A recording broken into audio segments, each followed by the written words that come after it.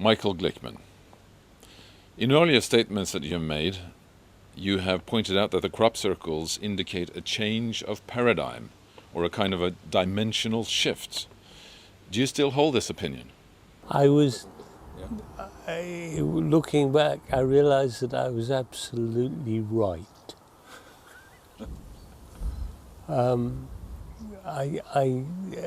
There's no doubt in my mind that we're on this journey of change. And I don't, as I've said before, I don't think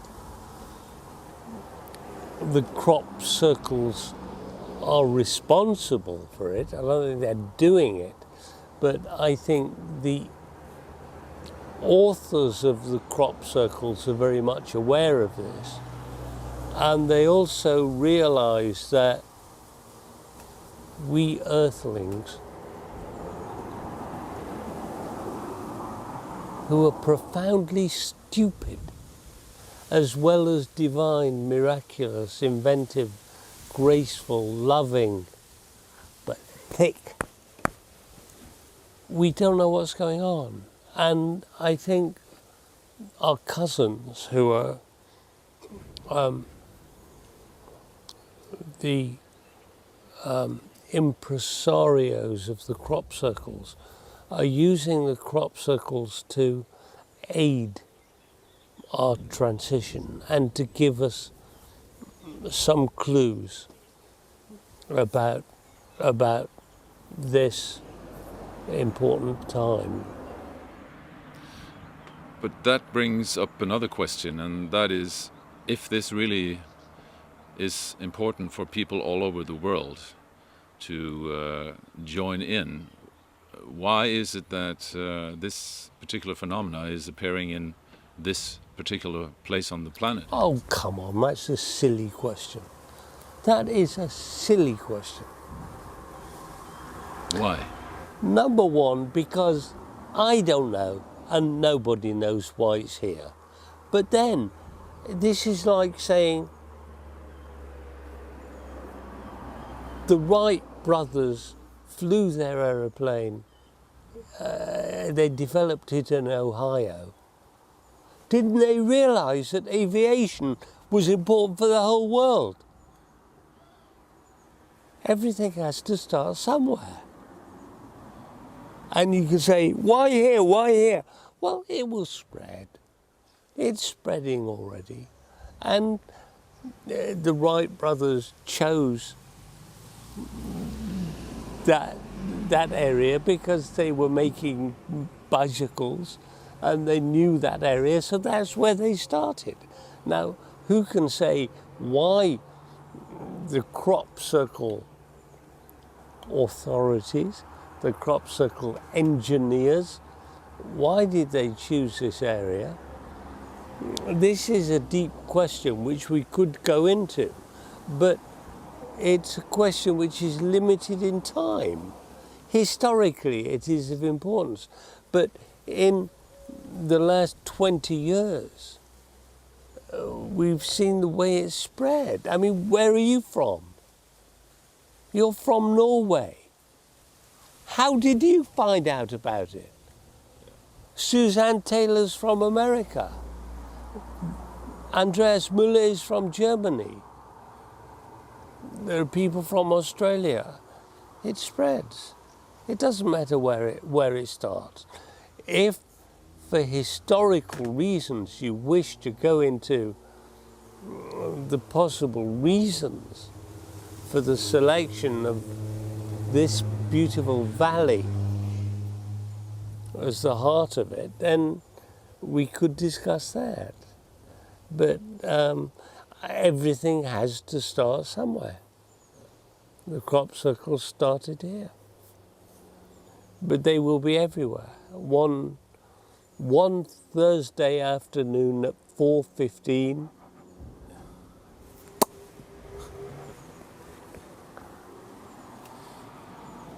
But still, even when it's a fact that these formations are here, I mean, clearly visible to everyone, why do you think it takes so long before the general public recognize them? We're not ready. We're a long way from ready. What can you say about the stubbornness of our species, you know? I mean, we're driven fundamentally by a need to survive. This is our dynamo.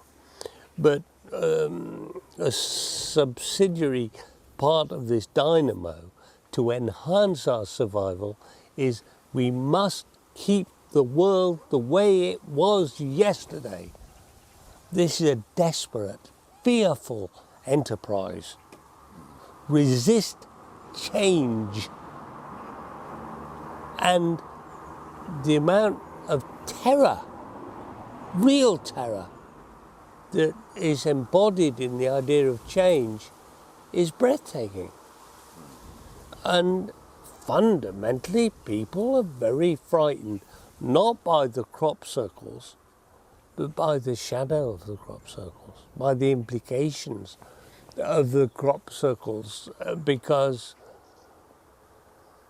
if the crop circles are real, well, of course they are real, but if the crop circles are real, this destroys science, religion, philosophy, history, psychology.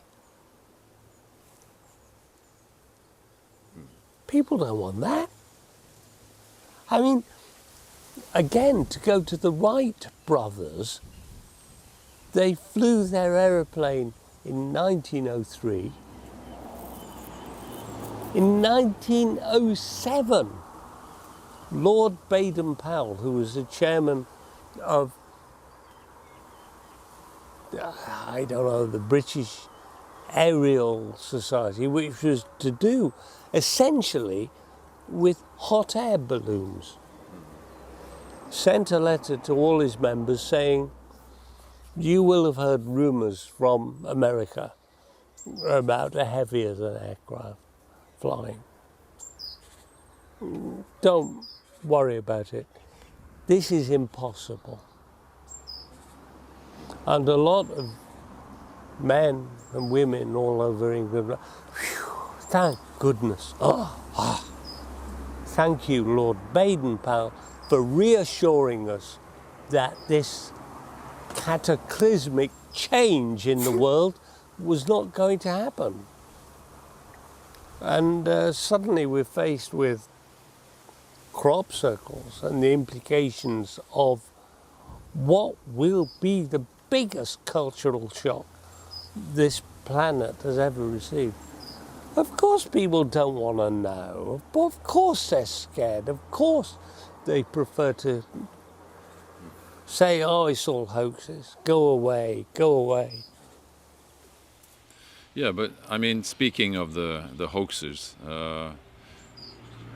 what is your comments to, the general opinion that they're all are made by people just fooling around, having fun? The idea, I don't want to speak about this. It's a waste of our energy. But what I have to say, and here is a rule, a law, an absolute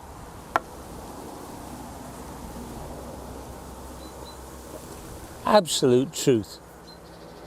The only people who believe they're all made by men are people who know nothing about it.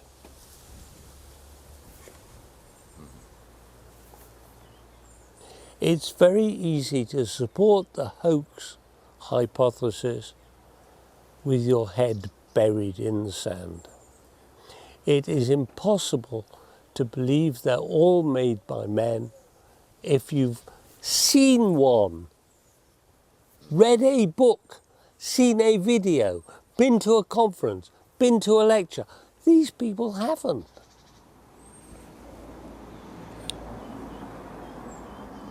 But listen, I don't want, it's not my intention to upset people, you know. I mean, if people sleep better, as most do, believing that crop circles are a slightly funny joke, produced by people from the pub, then I don't mind. That is their life and their world. But are there codes in these patterns, or are the patterns themselves just it? I mean, are there layers of information here, do you think? Well, you see, it's very hard, isn't it? Because I mean, I get information from them at a certain level, and other researchers get other information at another level. But I don't believe the crop circles are messages. I believe the crop circles are communications. They're much more subtle, and I've used this before, but I'll say it again. A message is when you call home and you tell your wife to switch the oven off. As a message. A communication is when you go home and you stroke her hair. These are communications. And I think in our world we want messages. Tell us to turn the oven off. Should we turn the oven off? What should we do? And what the crop circles are doing, they're just stroking us. They're just saying, hey, the important thing about the crop circles is that we are here and we care. That's the most important thing. Now, once you establish the fundamental of this communication, we are here and we care, it's possible to go further and to take a deeper and more subtle series of ideas from the phenomenon. Mm-hmm. But who is it, Michael? I mean, who are sending us these things? Mrs. Ivy Burnsall of 137 Rose Grove. What do you mean, who is it? Who is it? Others. I don't know. Who is it? You want me to give you their visiting card? I don't know. I mean, I think it's our cousins who care for us very deeply, and we will get to meet them, and or maybe we won't. I'd like to think we will get to meet them, and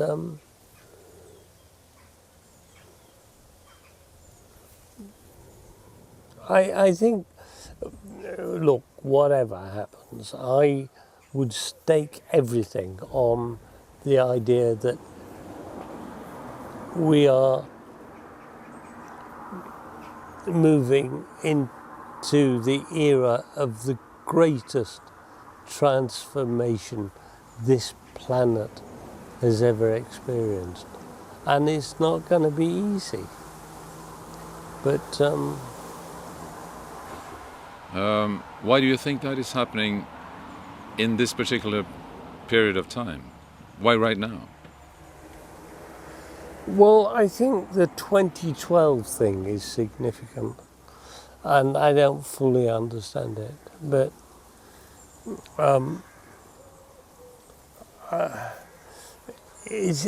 there are so many layers in the 2012 thing that it shatters all our conventional views of causality and physics and time. How could the Mayan civilization have so accurately known about 2012? How could they have understood this? And then, if you read Jeff Stray's book, which is a masterpiece, you see that many other civilizations hit on exactly the same date.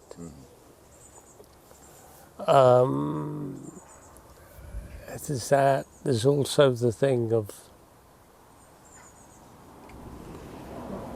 the way the Earth seems.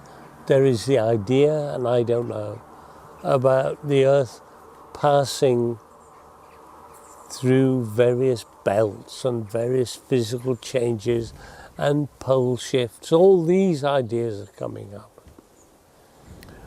They all seem to relentlessly snap back like an elastic band to 2012. And I just have this vision of gigantic machinery clonking over big iron cogwheels as big as a continent, clonking over, and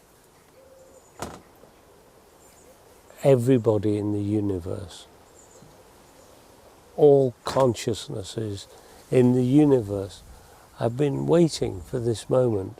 And we here in planet Earth, we're blissfully ignorant. I mean,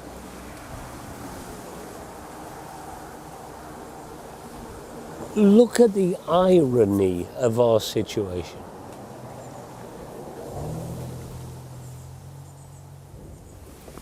On the one hand, the biggest killer of our planet, our way of life, our health, is fossil fuel. On the other hand, the most treasured commodity on planet Earth, for which people will launch massive wars, is fossil fuel. Now,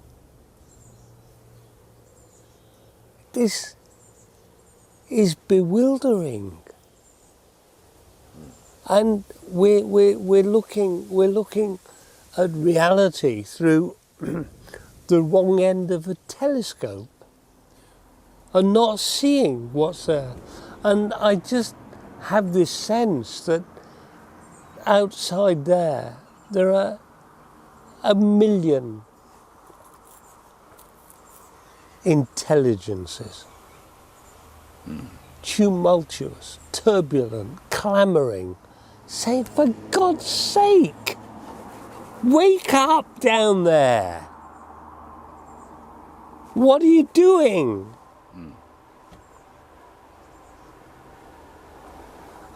And I think the crop circles are part of this. Yeah, but I mean, what very naturally pops into your mind is that if it's that critical and if it's of such a concern of those or the others, why don't they intervene more directly than doing it on this very discreet way? For two reasons. One is ethical and one is practical. You know Star Trek. Yeah. You know the prime directive of Star Trek. The prime directive to the Star Crews was that they must never interfere directly into the affairs of a less evolved civilization. And I believe this is a very sacred ethical constraint. And Gene Roddenberry was remarkably prescient in having this idea, but I believe it's a real idea. It's an absolutely pure moral imperative. Don't screw up. I mean, this world has a history of marching in and saying, we will give you Christianity, we will give you our medicine, we'll give you our technology, right? We screw them up. And I think on a planetary level, the consequences are more severe. So I think ethically, they stand off. Practically, they know us better than we know ourselves. And the old question, why don't they land on the White House lawn? Well, this would be landing in the grounds of a lunatic asylum where the lunatics are armed. What would we do? We would try and nuke them. Now, in fact, they're so evolved, technologically as well as spiritually, that the idea of harming them, is a joke. But our world would fragment, it would unravel. I believe the biggest shock in the world will be the moment where we have to grit our teeth and say, there's someone else out there, and they're brighter than we are, they understand more than we do, they're more gracious than we are, they are more loving than we are. They're knocking on our door. They don't want to sell us anything. They don't want to take anything from us. All they want to do is care for us. Biggest shock planet Earth will achieve, and it will unravel catastrophically. And I think they are standing off because they have this dilemma. On the one hand, they want to come in and help. On the other hand, they know that coming in to help, they will be debunked, rebutted, attacked. They will be told that they are hoaxers. So, how can we then, as a civilization, how can we establish contact without breaking this universal rule? Well, you say, before I go further, let me remove from your question the three words, as a civilization. Because I think we have seen that our civilization is limited and corrupt and wicked. So I don't think as a civilization we can do anything. I think we can do a lot as individuals, and I think all we can do as individuals, and it's a substantial amount, is each fashion our small brick to add to the big wall. Mm-hmm. That's all we can do. There'll come a time when the world says, oh yeah, we knew that. We knew that all the time. But there's no way we can act as a group, I fear. Being here in Wiltshire and seeing all this military activity in this area, planes all over the place, bombshells going off not far from here. And the fact that the crop circles appear here every summer, what are your thoughts about that? Well, look, I have to say what I've said before. My email is not packed with communications from number 10 Downing Street, from the government, from the from the Ministry of War or whatever they call it. I don't know what they think. I don't know what they do. Whatever they do has to be a matter of speculation. I would be very surprised if they haven't done some work on the crop circles.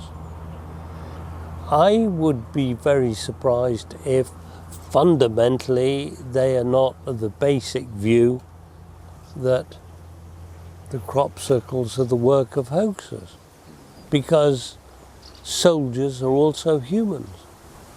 And they don't want to. Soldiers have not got the imagination to face the wider implications of the crop circles.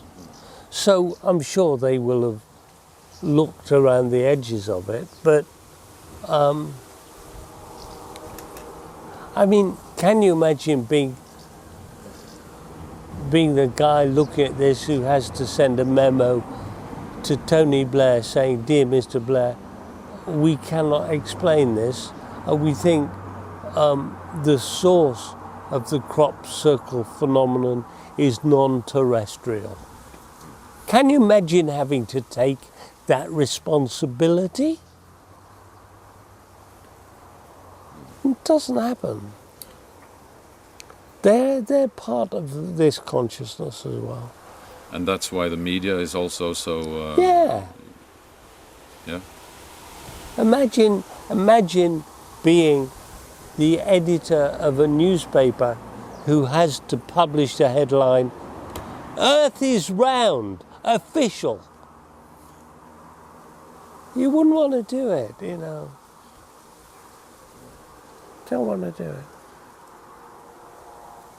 So I think we have to be very realistic about the context in which we're working. What is your new book about? The crop circles. It's a memoir. It's about my personal story. No one knows what's going on. I don't know what's going on. So I'm just sick of half-baked textbooks, you know. I don't know what's going on. I have simply written an honest account of my involvement in the crop circle phenomenon from 1990 to 2003 as a memoir, honestly written, so people can make of it what they will. There is no index, there is no bibliography, there are no references. I have no aspirations to stating facts or theories. I'm simply giving my own experience. So it's a memoir. Yeah. When did you get involved in this and why? I mean, just to look back at the history of this. Oh, gee, I don't know. I mean, I don't know. I was an architect, you know. And as an architect, I was always very interested in the way things were put together. I loved, as I still do, making things. And I also did a lot of engineering and product development. So I was spending a lot of time in factories. I was always very impressed with the ingenuity of the production engineer. I was also interested in movies and spent time around movies. All my three sons are in film. So I've always been close to special effects and things like that. So my architecture gave me an interest in shape and geometry, number. And then, as a human being, I was always interested in the strange, the unusual, spontaneous human combustion, flying saucers, all that stuff. And I'd been watching crop circles, thinking, oh, that's very interesting. And then one day, I opened the newspaper and there was a picture of the big Alton Barnes pictogram in July of 1990. And I said to my youngest son, I'm going to drive down there now, and he said he'd come with me. And I walked into this crop circle, and I felt at that stage with some real arrogance that I knew how everything on the planet was made. I mean, I know about aluminium and plastic and wood and steel, and I know about the way they're put together. I know about the way scenery is made, a scene for films is set up. And I walked into this crop circle and I was bewildered. That first crop circle, I went in and I thought, this is other. This is from elsewhere. I do not know who could have put this together, or how, or why, or in what form, or with what purpose. I was bewildered by this. A bewilderment which has stayed with me to this day.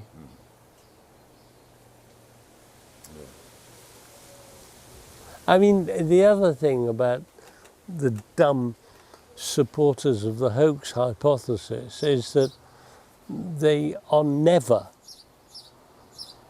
makers of things. You know, you can say, oh, somebody made that. But you'll never find a builder or a designer saying, oh, somebody made that. They think, oh, if somebody made that, I understand how much effort and organisation and planning will be involved. Most people don't ever organise a project like this, so they don't know what kind of effort would be involved. As a closing, what would you say to a person seeing these things or becoming aware of these things for the first time? Like, I mean, if this interview was broadcasted or whatever, I mean, what do you say to the person who's never been aware of this before? Open your heart. Open your heart. Open your heart.